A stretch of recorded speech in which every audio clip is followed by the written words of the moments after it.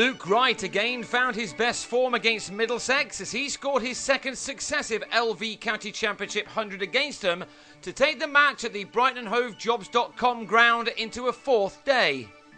Middlesex were 216 runs to the good as the penultimate day got underway, with the visitors on 445 for 5 in reply to Sussex's 229. More runs were soon being added to that by Gareth Berg. He'd resumed his innings on 26 with John Simpson on 39, and the keeper needed only 25 minutes of the morning to convert that score into a 50, his fourth of the summer. That was his seventh four, which took him to his half-century of 99 balls. He lost Berg in the next over after he'd moved on to 39. Berg found long off instead of his intended long on off Monty Panesar to end a sixth wicket partnership of 82. In the end, Middlesex didn't make the most of their excellent position. Simpson soon followed Berg back to the pavilion as, on 59, he nicked off to Chris Jordan. Ollie Rayner then missed a sweep off Panesar to fall LBW for a duck. And after Tim Murtagh had swung the left-arm spinner over the ropes for a 6, he gave Panesar his third wicket of the morning and his fourth of the innings by being stumped on the charge.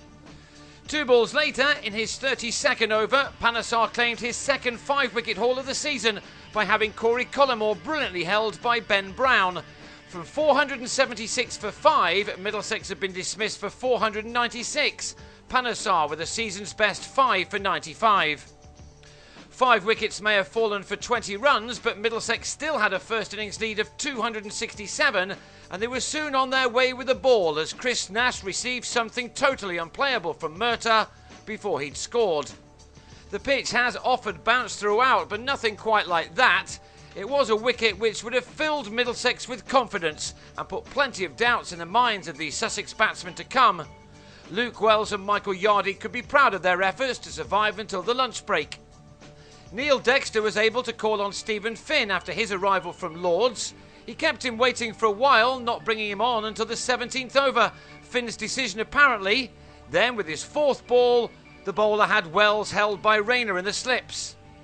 Yardley was also out in the next over, nicking Collymore behind after making 18. And that was followed by another wicket for Finn with his 7th delivery. Rory Hamilton-Brown unable to keep a short ball out of the hands of Adam Voges. With a pumped-up Finn charging down the hill and bowling quickly, a 3-day finish looked on the cards. Perhaps that might have happened had this edge from Ed Joyce not flown through the slip cordon. There followed a fascinating battle between Wright and Finn, one which was won by the Sussex man, who's already been a thorn in Middlesex's side this season.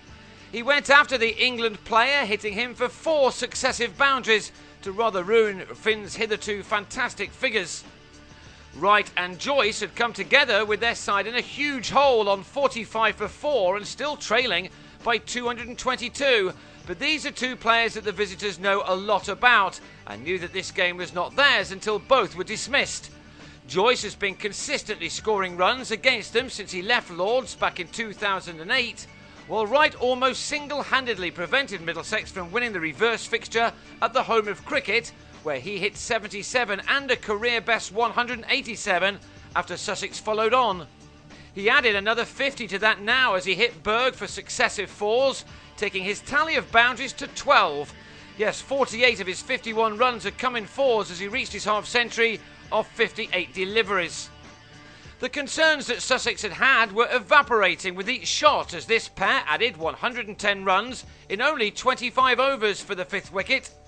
But on the stroke of tea, Middlesex were happy again as Joyce edged Dexter behind to leave on 47 at 155 for 5, the deficit now 112. Sussex are the only side in the top division of the LV County Championship not to have lost this season, and Wright and Brown showed why they've kept that record. They started to turn this game around in the last session, one which belonged wholeheartedly to the two batsmen. Middlesex must be sick of watching Wright bat. He was at the crease for 9.5 hours against them at Lords, and he again showed no real signs of having problems against their attack as he continued to deal almost exclusively in boundaries. His 20th took him to his tremendous ton, which arrived off only his 123rd delivery.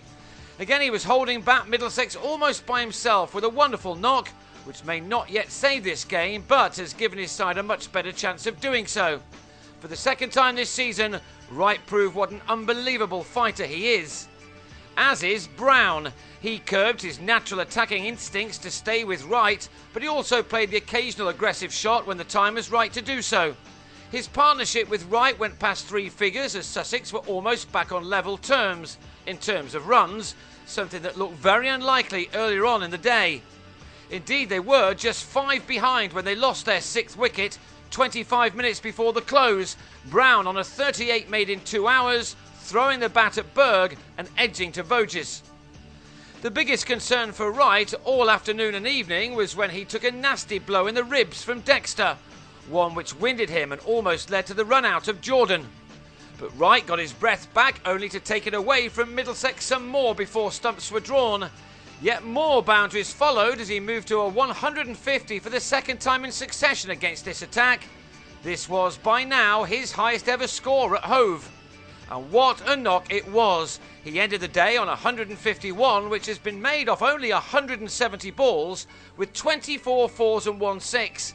And thanks to him, there will be some cricket on Saturday. How much probably depends on Wright.